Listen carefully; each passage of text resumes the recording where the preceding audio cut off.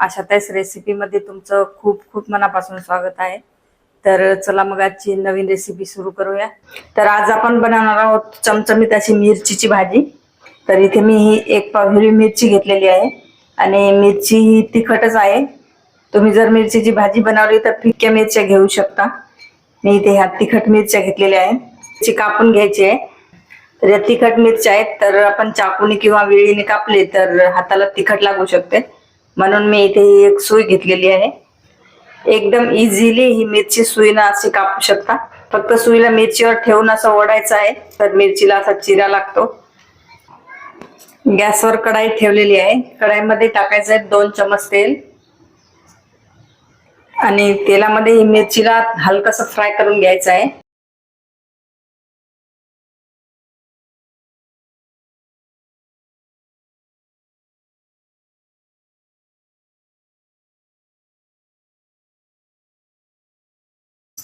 मिरची हलकीशी फ्राय झालेली आहे, काढून घेऊया।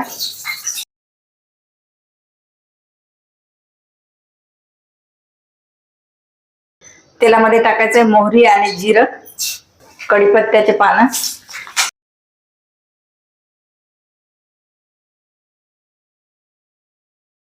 अर्धा चम्मच टाकायचं लसूण अद्रकची पेस्ट,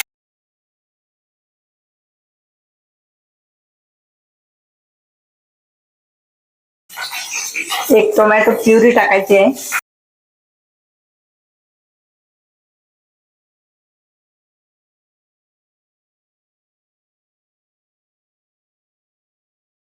अर्धा चम्मच गरम मसाला, कलर साठी टाकूया अर्धा चम्मच काश्मीरी लाल मिरची पावडर, हळद,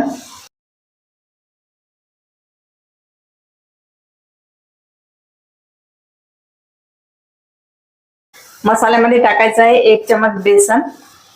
बेसन पण मसाल्यामध्येच भाजले जाते।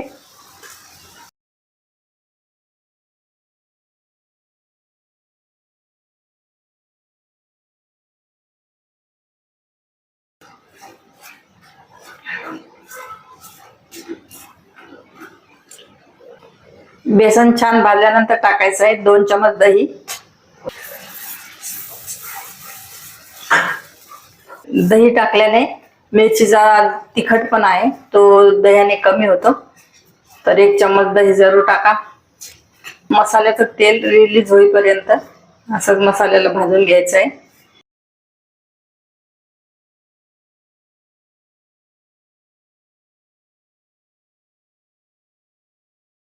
मसाला छान फ्राय झाल्याच्या नंतर टाकायचे आहेत मिरच्या।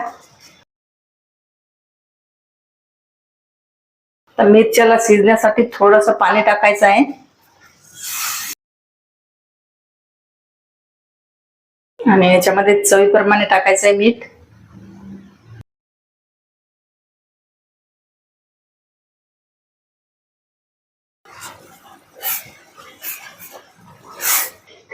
मिरचीला कव्हर करून 4-5 मिनिट शिजवून घ्यायचं आहे।